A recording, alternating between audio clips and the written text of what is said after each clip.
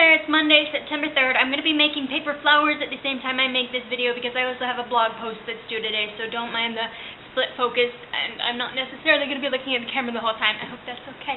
Alright, so today I wanted to talk about a topic that is very near and dear to my heart, and that is the Disney princesses. Now, as you know, I am a huge fan of Disney. I've seen all the movies. I can sing the vast majority of the songs.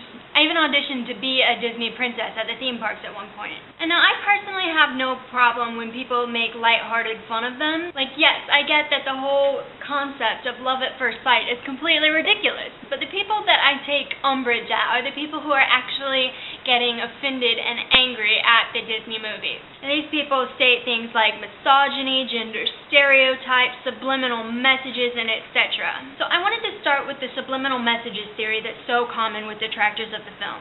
Now, these people will actually go through the movies frame by frame looking for any random instance where dust motes or flames or water or whatever happens to look like it spells the word sex.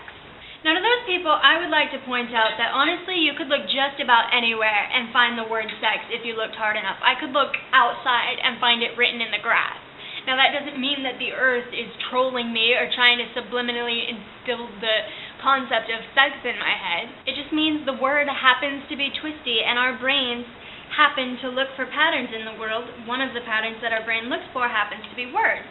I mean, we're interested in written communication because we're social animals. It's also been proven time and time again that subliminal messaging, in the sense that they're talking about, simply doesn't work. I mean, honestly, if you think about it, if it did work, and we could pick up backwards messages or pick up random flashes that happen to somehow look like random words or whatever, don't you think some random government somewhere would have enslaved us by now? Think about it. And by the way, if you're one of the people who thinks that some government has enslaved us by now, I'm sorry, I can't help you. Move along. So next I wanted to talk about some of the specific complaints that people have against the Disney princesses.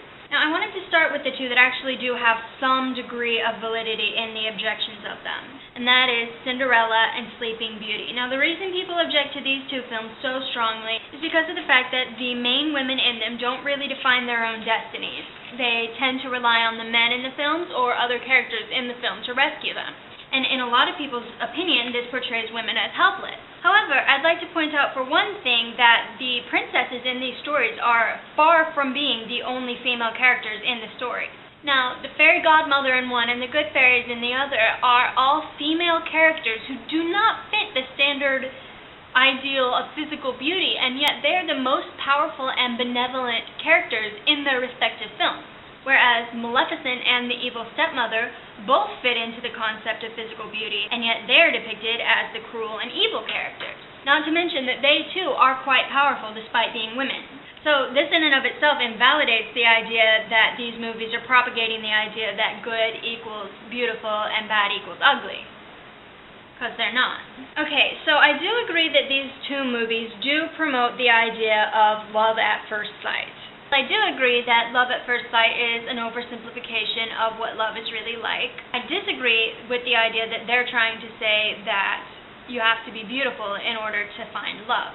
If that was the entire message of the films, the movies would be about 10 times shorter. All they would need to do in that case is to just establish that she's beautiful and then immediately hook her up with a prince. Instead, they have these very long expositions that show that the women are good-natured, loving, caring individuals who have been dealt a hard hand in life and accept it with grace and dignity. And they obviously have personalities that the princes would have fallen in love with had they been able to court each other. We have to bear in mind that these are kids' movies. Kids have short attention spans. Adding some kind of courting process to the films would have either taken away from the brilliant exposition, or it would have added hours and hours to the movies. Alright, I'm going to be very brief with all the next ones because I have a feeling that this video is going to run over time. Beauty and the Beast is about an intelligent, quirky girl who looks past physical appearances to see that beauty isn't always about what's on the outside. Jasmine's role in Aladdin is actually about challenging the role she's been dealt in life, and she actually, in the end, manages to get her father, the Sultan, to change the law, allowing her to marry who she wants to marry. The Little Mermaid is about a young, headstrong girl who challenges the prevalent racism in her society and goes off to marry the man that she loves, in spite of his differences. Mulan is an entire movie that is literally about challenging gender stereotypes. She proves her worth while she's disguised as a man, and then when she's found out, she proves her worth again when she's being her natural self as a woman. Now, obviously, I've missed some of the movies, but I think I've managed to hit the main ones that people like to get upset about. So I'm gonna leave it at this for now, but the long and short of it is, Disney movies are made to entertain kids and maybe teach them positive lessons along the way. If you're seeing something other than that, you are obviously completely missing the point. Alright, so that is it for today. Sarah, I will see you on Wednesday. Look, a flower!